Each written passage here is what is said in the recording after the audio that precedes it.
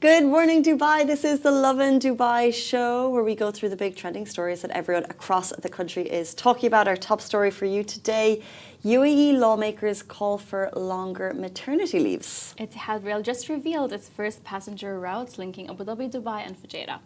A mom warns parents about power bank issues after one exploded while her kids were sleeping. And Dubai Bling and Love is Blind announced new seasons.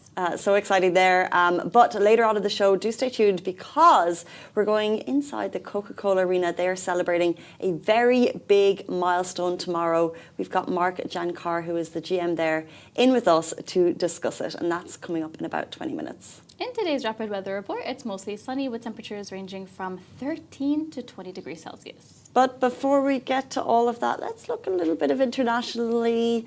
Sometimes we like to pick and choose stories that we think could resonate with the audience. And this one, I don't know how new it is, but I saw it's a law that's recently been announced in France. Okay, nice. And it's a pet abandonment law. And so if you're found to have abandoned a pet, it could be a fine of €45,000, which is like 200,000 dirham-ish. Oof. And, nice. Oof. And a prison... You can get imprisoned for and this. A prison sentence. And it's just very interesting because it obviously must have gotten to the point where it was so needed that they had a stray issue. True, yeah. That's probably how it came about. Because, wow, that is a crazy fine.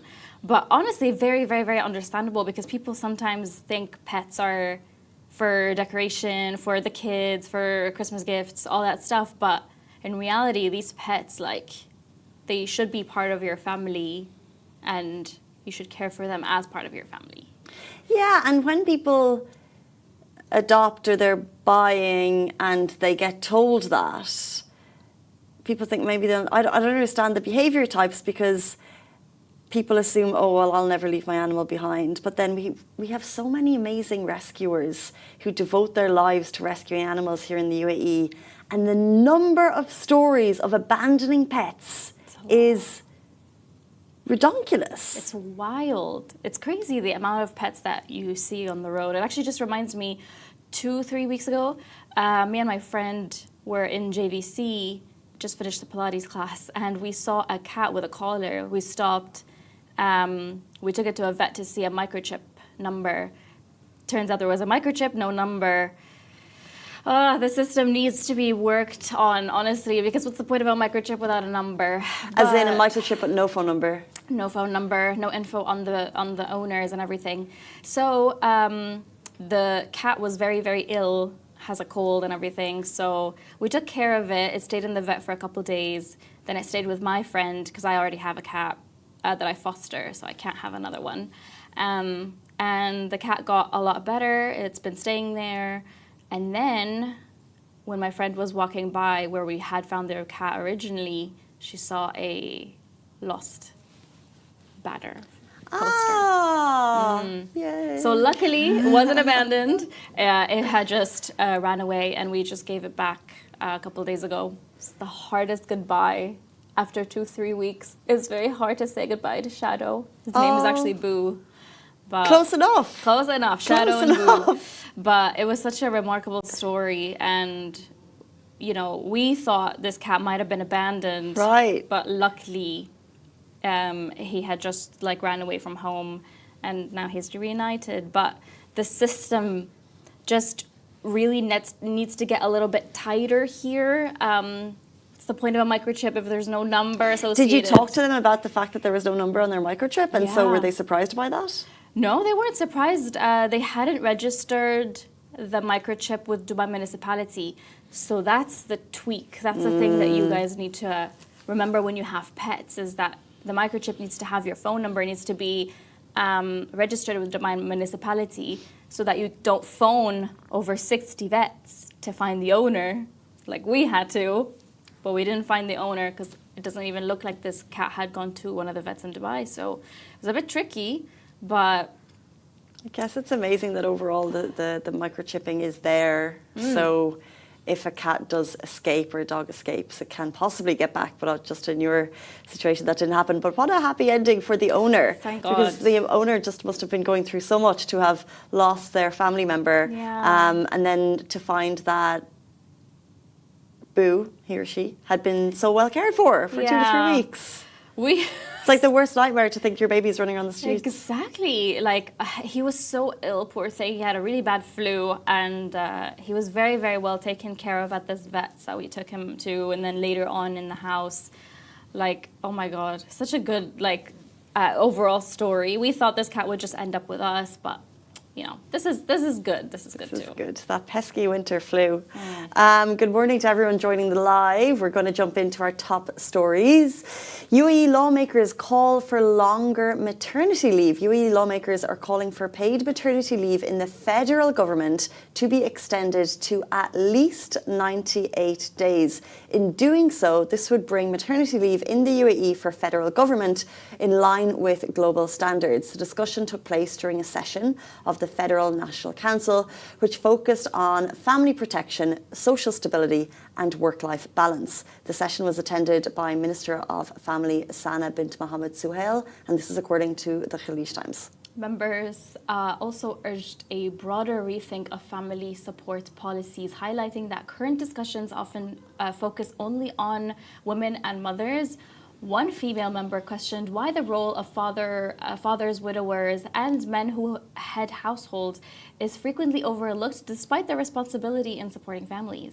In addition to maternity leave, members called for clearer national standards around flexible and remote working, particularly for parents of young children, those caring for elderly relatives, and also families of people of determination. These small groups are not to be forgotten. They stress that flexibility should be embedded into policy rather than leaving it to individual employers.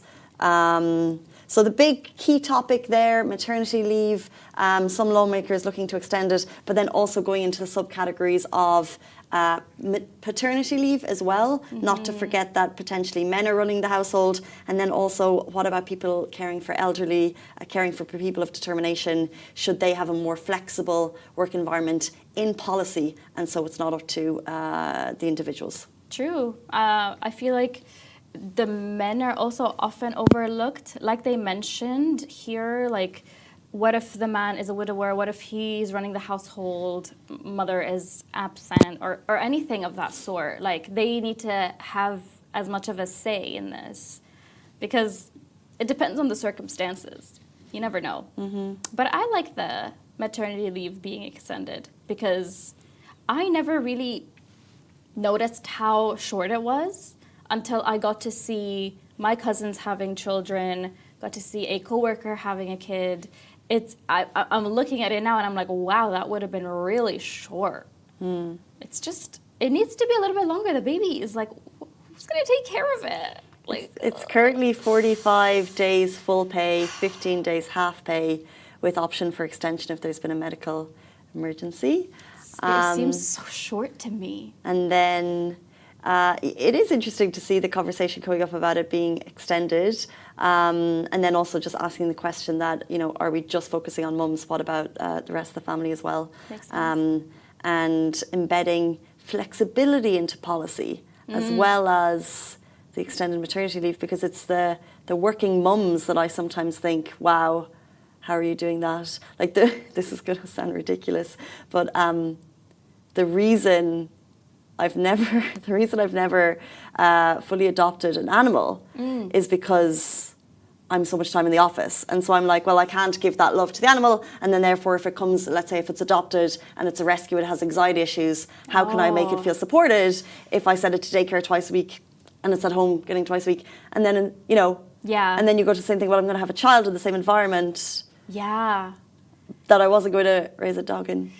I understand. Tricky. Oddly enough, this is why I am yet to be a foster fail. I love the cat that I have right now, but the reason why I didn't go ahead and adopt it is because I'm very worried about the circumstances. What if I need to travel? Yes, I spend the majority of my day, not the majority of my day, but like let's say I have a shoot after work. That's a whole day where the cat is just sitting alone in the house, and it's things like that, and it gets me back to, you know, the maternity leave and all that stuff, back to mothers and babies. Like it's scary and it's very tough because a baby is essentially still a newborn for 3 months.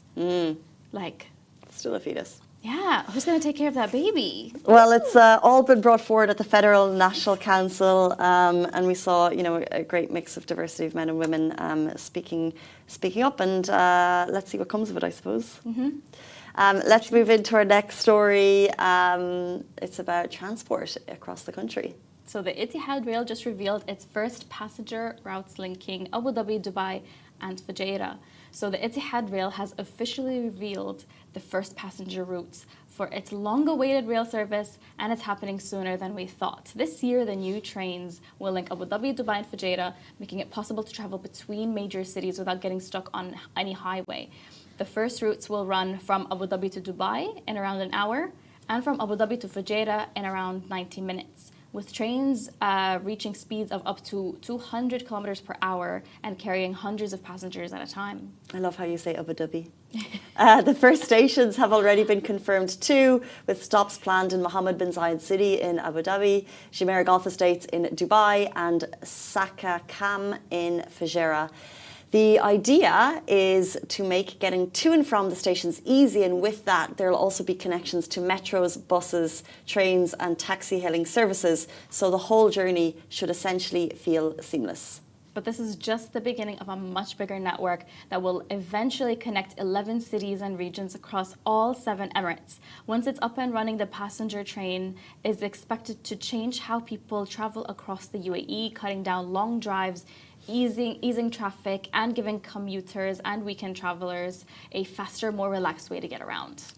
Cannot wait for this. I feel like it's going to be an too. absolute game changer, and in 5 years' time we'll look back and say, how did we live without it? The opportunity to explore other Emirates, the opportunity to live further away and commute, it's all going to open up for us when Etihad Rail becomes live to public. Yeah, exactly. Like, I look back at a time when we didn't have the metro, and I'm like, how did we survive?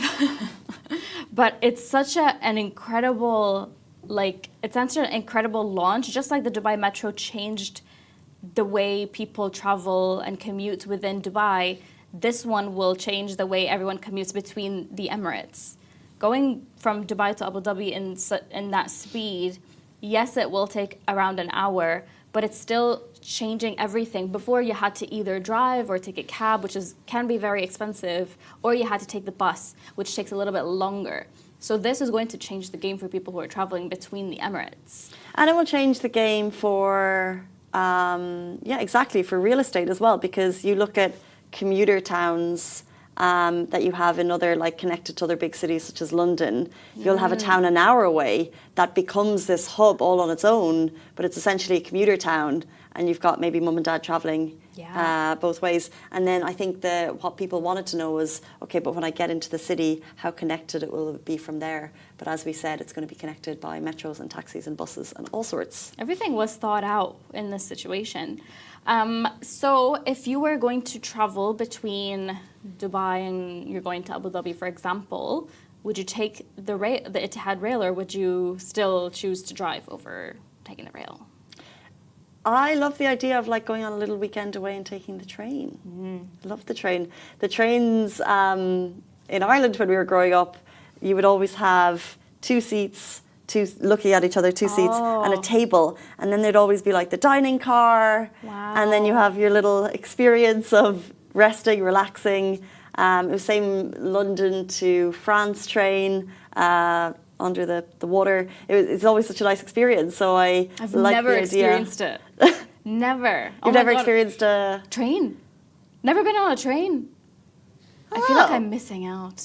Well, I don't want to romanticize it too much, but it is quite lovely. And then you get to sit and chat, and none of the traffic, and none of the tailgating. Oh, true. You don't have to sit there and be so tense, going like, oh, I have to merge because the car behind me is just flashing me away and got to move out.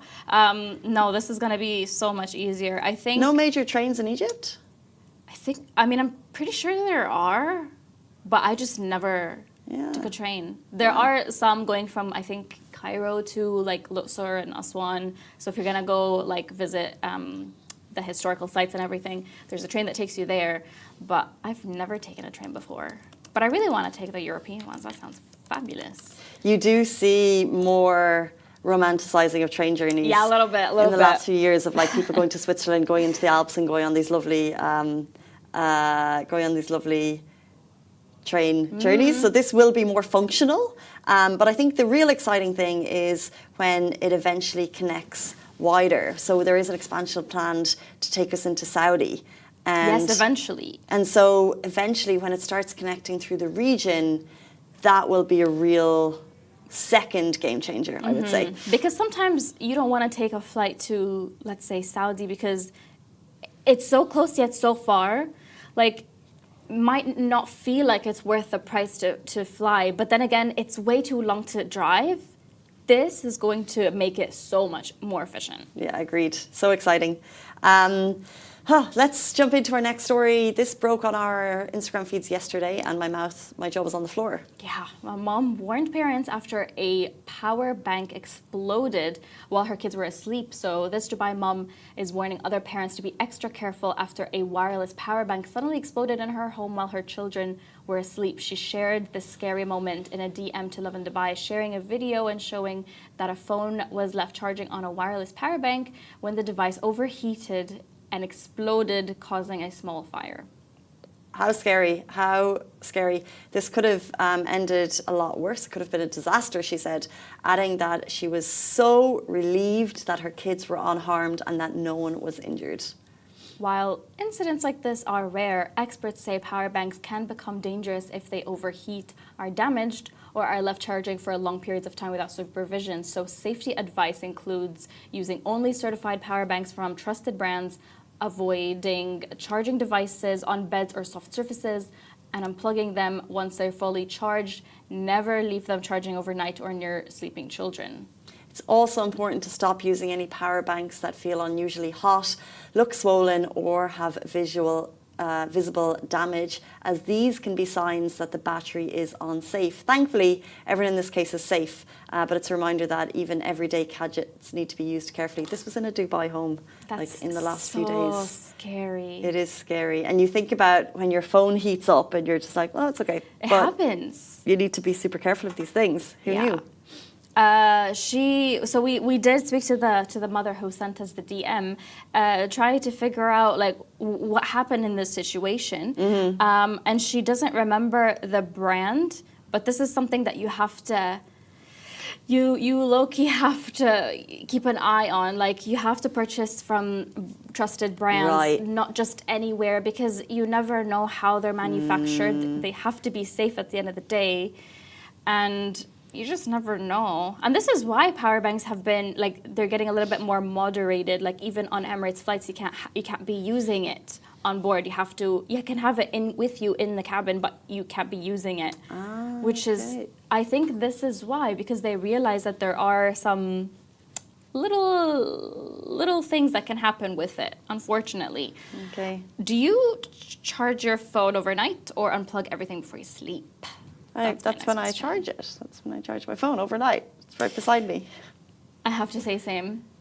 Is that bad? In a way, a little bit. I think the concept with iPhones, they're done in a way where they don't like charge all the way through the night. It gets to like 80% and then starts to slow down. Oh. So it's very, very smart in that way. And it recognizes when you charge the phone. So then it sets some sort of like rhythm and pattern to make sure that the phone doesn't overheat, because when you're charging it, it can overheat. So devices are made in a way where they are a little bit extra safe, but not all devices are made the same. But this story is making me not want to put a charging station next to my bed anymore. Yeah. Would you say the same? Well, no, I think if I've got Apple device, Apple charger, fine. But maybe Safer. if I bought like a knockoff, I might be more concerned. And if I had a knockoff power bank, I would definitely be more concerned after seeing this video. Yeah, because this video With the just kind of shook us. It's not something that we expected to see at all, but you definitely have to be careful because it's not always safe. You just never really know. Speaking of shaking us and videos that got us excited, yesterday, not one, but 2 reality shows announced they're coming back. Yes, sir. Dubai Bling and Love is Blind Habibi announced new seasons. So your fan favourite reality hit Dubai Bling is officially returning for season 4, streaming on Netflix. Rumors are already swirling about new faces joining the cast, including Shada Hassoun, Zohra Mankai, and Farial Makhtoum, while familiar favorites like Dania, Ibrahim, Safa, Farhana, and Mona are all expected to make their return. Our favourites, and that's not all. Love is Blind Habibi has also announced it's coming back for another season, meaning reality TV fans are in for a big year. Which are you going to be watching, though? So Well, both. I haven't gotten into Love is Blind. Oh, really? Habibi. I've watched Love is Blind, the US version. Haven't watched the new seasons. At that point, I don't believe in love at first sight or love. It's not love at first sight. They have deep conversations for, for but 3 to 7 days. I don't believe in. I think love develops over time. I can be a little bit skeptical. We have a marriage and a baby from Love is Blind season 1, let me tell you. True. Season 1, is it? I'm already like forgetting the names. I think her name was Safa. Yeah, so did I. No, she's friends with Safa. Safa and Mohammed. Safa and Mohammed, yes. Last I saw, she was pregnant. Is she still pregnant? I haven't kept up. This is why Keeping Up with the Kardashians is the reality show that I watch, because I kept up. I don't know. It sounds I like the concept. I just don't believe in developing love that fast. Love is such a strong word. Dubai Bling, though, I love to watch it. It's a guilty pleasure of mine. I love seeing how it's filmed. I love to see the direction. I love the drama. Whether or not it's scripted, I don't even care. I love the drama. And I have a few favorites to watch. Who are your favorites? I love watching Ibrahim. He's so funny. Yeah, he's made for TV. Oh, this was made for him. Netflix saw Ibrahim and they were like... This one. I'm a little upset that some people are leaving and some people have already left. But I love seeing Dania and DJ Bliss. Yeah. I love to see it. I feel like it's really nice. Farhana always, of course. She's just a classic now. Safa, of course. Safa and Zaina looks like they're going to have... It looks like there's some rumours of bestie... So Safa and Zaina are like the besties. Yeah. And they have been for 3 seasons. It looks like season 4 there's going to be a bit of a rift because they've both been kind of jabbing each other on social media posts recently. So that's what we think is coming. That's going to be a storyline for season 4. I'm excited to see that, honestly. Yeah. Because who knows? Maybe we'll get answers on that show. I feel the same. I really like Love is Blind Habibi though, because I think it it showed the world, right or not right, it gives the world more insight into culture, Arab culture. Yes, of course. And you saw a really interesting insight into people that don't usually get seen on Netflix, right? It's a massive for better or for worse, like I said, it's got a massive audience range. And I'm the same as you. I don't watch the international show, but I'll watch this season because then they become personalities here, and so I'm kind of invested in that. Yeah. But Love is Dubai Bling, also a guilty pleasure. And I feel loyalty to them because we've watched them for 4 seasons. While Love is Blind, the characters will change unless someone comes back. So Love is Blind will be my number 2. Dubai Bling is my number 1. The only thing with Dubai Bling is I felt like in season 3, it became a bit too scripted. Yeah. That's what people were saying as well. I had a little bit of issue in terms of the way they were filming. It didn't feel like it was as natural as the first 2. But I'm still going to watch it. I'm still going to have a little... We have a watch party, by the way, first time it gets dropped in the office. We have... Yeah. Vox, send your popcorn, please. We get our popcorn, we sit, and we watch the first episode. Or if we want to go bigger, Coca-Cola Arena, why not host a watch party? And we will be there. Speaking of Coca-Cola Arena, they are going big. They are about to celebrate a very big milestone. We have the general manager joining us on the show in a very short amount of time to tell us all about it. Please stay tuned.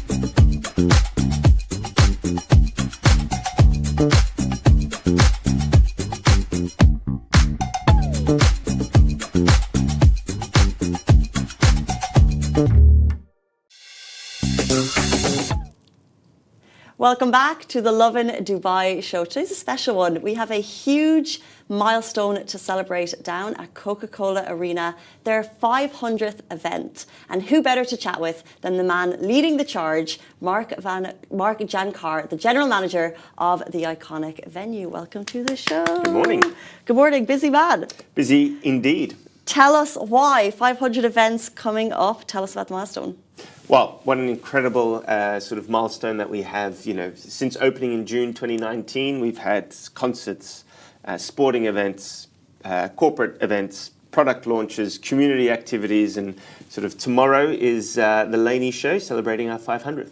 Okay, and it's kind of been, as you said, there's so much diverse amount of fun that goes down at Coca-Cola Arena. For you, have you been there since the very beginning? Since the very beginning, so I joined in October 2018. Right. First remit was in the commercial space, and then the programming, and then been in the GM role since June 2021.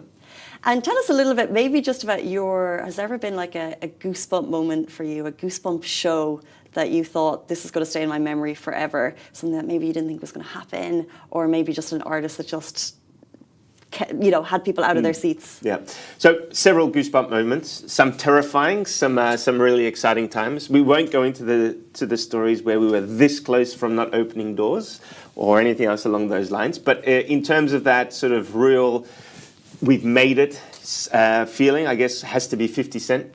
So that was in, if I recall, September 2022. when we obviously had completed the booking, we thought maybe he'll get 5,000-6,000 people, and we just absolutely exploded, and we had a sold-out show. And I've never seen that venue sort of jumping as much as it did, bouncing. Cool. Except Pitbull again. Pitbull, I was going to say. Pitbull in like December that we vibe. had. But another one for me has to be Dubai Basketball. Yes. Obviously, this is a project that collectively with the stakeholders we've been working on for a very, very long time. And that opening game in September 2024, where they end up beating Red Star, sort of a highly competitive European team on their debut, was just wow. I'm so glad you brought up Dubai Basketball because it's certainly a topic that we wanted to touch on. Why do you think it has resonated? It's become such a story that's connected to Coca-Cola Arena. Why do you think fans have just become so invested in the team? Well, it's not by design.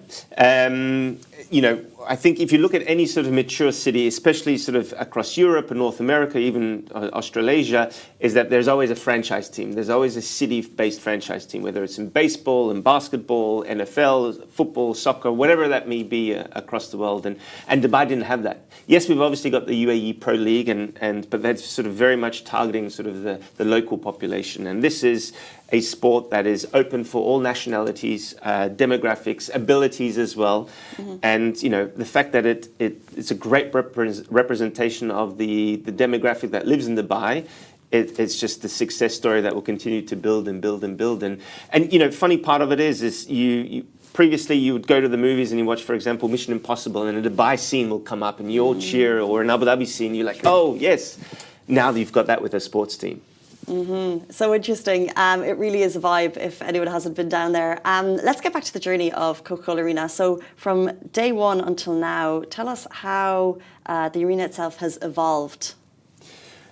You've got a business plan, and then you've got reality, and something in between called COVID. But let's sort of park that to the Okay. side. But good learnings. For us, obviously, it's about multiple angles. What economic impact we can bring to the city of Dubai, whether that is obviously through hotel stays, whether that's through employment and careers and everything else in between. For us, it's all about the must-play, must-see, must-visited venue. Globally, around the world as well, when we talk about Coca-Cola Arena, in our industry, people know it's in Dubai. Mm. So we don't have to say, in Dubai there is a venue called Coca-Cola Arena, which is very, very important. And what it means to the people, So if we talk about those 500 shows, it's everything from Bollywood to Nepalese to Bangladeshi, through Arabic, from Iraqi content, right through to Greek and Turkish acts. Not to mention, obviously, the Western side of things that we play. And fun fact, in 2025, only 36% of all of our shows are in English. Interesting. I can't even imagine your booking team. It must be like how diverse they are to bring in such a impeccable event. We're subject matter experts, so obviously Right. I work very closely with our content team. So there's probably not one Indian artist that I haven't heard of, or thinking about booking into our market. Let's talk a little bit about fan experience, because I saw something very unique, very cool, and I just thought as soon as I saw it, I was like, well done, Coca-Cola Arena. You've launched some merch. Yes, and we I think have. it's and you've also brought in a little gift box. So we're very, very fortunate. Obviously, we work with a great brand like Coca-Cola Arena, which has historically been in the world of dipped its toe in the world of fashion. So we created a swag line of Coca-Cola Arena, in partnership, obviously, with Coca-Cola. So we've got something small for you here. So we're going to start with a very limited edition 500th can. I'm not sure if you can see that. Hold it up there. I'll hold it up there. So we've got a 500th can. So share a Coke with the team. Fun fact, we're bringing in a printing machine. Hopefully it's going to live in the venue permanently, and you can get your name or whatever else it is printed on cans moving forward. So we're going to start with these 500ths. I'm going to leave that with you here. We've got the famous bucket hats. So there's that one there for you. Sorry, is Oasis coming? Is this the drop? We've got sort of Dubai basketball style jerseys. You can see that, and what we've done is we've printed your name on the back. So just tell us what your favorite number is, and we can get that for you there. That's so kind. Thank you so much. And then a couple other T-shirts. So again, the iconic. Oop, can't see that. There we can. There we go. The iconic wave of Coca-Cola, and yeah. So listen, A little bit of fun, something different. You know, if you go across the world and you see different sort of venues and activities, why not pick up a piece of merch? So it's available online and obviously at the venue. It just makes us so much sense as soon as I saw it. I'd love to get a little bit into the operational side. What part of running a live venue do audiences can we never expect the complexity that goes into the events? Like, what's the difficult bit that's going on behind the scenes? Well, multiple. So everything from the production element of it, you know, how many hanging points there is for obviously all those LEDs and moving lights and audio system coming through, right through to housekeeping. You know, on a full sold-out show, for example, on Friday night, we'll probably have about 108 housekeeping staff. And those housekeeping staff are not only obviously the amazing team that sort of make sure the venue's clean, but you've got electricians on site, elevator operators, you know, carpenters in case something breaks, and everything sort of along those lines. Add to that food and beverage. So again, we do all the food and beverage in-house. We'll probably have close to about 300 food and beverage staff that prep everything on site. Obviously, put it into the concessions, live cooking, whether you're in premium hospitality or in GA, and obviously the cashiers, car park marshals. It's the unbelievable amount of energy goes into preparing and, most important, planning it as well. It's a mammoth operation. It is. It is. One thing we'd always love to ask about, I feel like you're the person who can dish. So without naming names, or maybe we can, what's the wildest artist rider you've ever seen? The riders are the requests by the artists that maybe they'll have, like, you know, I want like Haribo's, but only red ones in my dressing room. Have you ever seen? So we've had a couple of those. We've had everything from green M&Ms. Green M&Ms. Green M&Ms. Well, you said I can't mention the artist. So we've had green M&Ms. We've had particular flowers. We had an artist on the 4th of January that requested fried fish. Okay. Yeah. Where did you get that from? The Karama Fish Market. Okay. It must be crazy. What do you think is the hardest thing to kind of balance? Would it be the artist demands, audience experience, or the operational reality, which you've just explained? Who's asking me, you or the board? I'm just joking. Listen, I think what is really interesting, and as we celebrate 500, is what collectively as a city we've achieved. But the funny part of it is reputations of the venues are built on the big name stars. And yes, you know, everyone wants to see sort of the Bruno Mars or the Drakes of the world performing in the venue week in, week out. But the reality is that's not a great representation of the city. That can only go so far. You know, especially if we look in the Southeast Asian content, whether it's Indian, Pakistani, or Filipino, we have become that international play for these artists. Right. So putting all that together and consistently growing the reputation of the arena and the city of Dubai, and with that signature hospitality, that for us is the most important thing. It's really interesting. Let's talk future 2026. What can fans expect, kind of artists coming to Coca-Cola Arena within the next year? So interesting, 2026 is a year, obviously, with the FIFA World Cup in North America, that a lot of the acts that would traditionally be playing in the US over the summer are now looking globally. So we obviously have a lot more access into sort of international stars. So ultimately, you've got two types of bookings for everyone to understand. Either it's part of a world tour, and Dubai is one of those stops, or it's a single source booking in the sense that that artist is specifically flying into Dubai for that show and then returning back home. Obviously, the economics on a world tour make significant much better. So for us, it's the world tour. Prime example is Def Leppard, 2nd of August. Had we honestly really wanted Def Leppard to be playing on the 2nd of August? Probably not, but it was probably the only opportunity that made it economically viable for us to have such an amazing historic legacy rock act in that building during perhaps a month that, you know, it's a little bit quieter, but again, for those in town, amazing show. Right, so true. So acts for 2026, we've got Def Leppard. Anyone else exciting that you want to name? And also, what is on the plan for Coca-Cola Arena for the next 5 years? So obviously Dubai basketball games week in, week out. First week of Feb, we've obviously got Olympiacos as well as Real Madrid. You know, Real Madrid Football Club and their basketball team are all flying in to Dubai for this game. So a very, very historic moment for the city. In terms of shows, you know, Wu-Tang Clan This could be that last time they're out on the roads. Wow. As an announcement to be dropped, the guys will probably hate me, but I'm going to do it anyway. Atif Aslam is coming back. A huge Arabic stars. What are we going to look for in the next 5 years? Probably talent that is currently performing in their bedroom to a TikTok audience is going to be on stage. That's incredibly exciting. On the sports side of things, kids in Dubai Basketball Academy that are probably 12 years old now are going to be pushing for a franchise spot in about 5 years' time. And what that means, we're very, very fortunate. We call ourselves an arena, but we now, with the holistic view of we're an attraction. We're an attraction for that city of Dubai. So we're working with the different stakeholders and how we can sort of engage and activate our roof. As an example, can we be doing roof walks?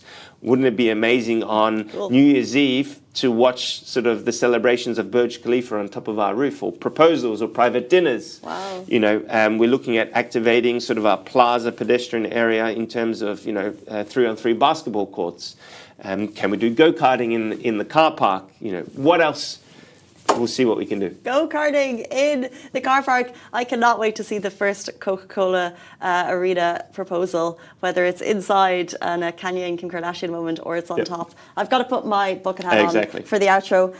Mark, thank you so much for joining us, General Manager of the Coca-Cola Arena, and an absolutely huge congratulations to you and the team for 500 events. Thank you very much. Thanks so much. Guys, that is the Lovin Dubai show. We are back with you every single weekday morning, same time, same place. See you then. Bye-bye.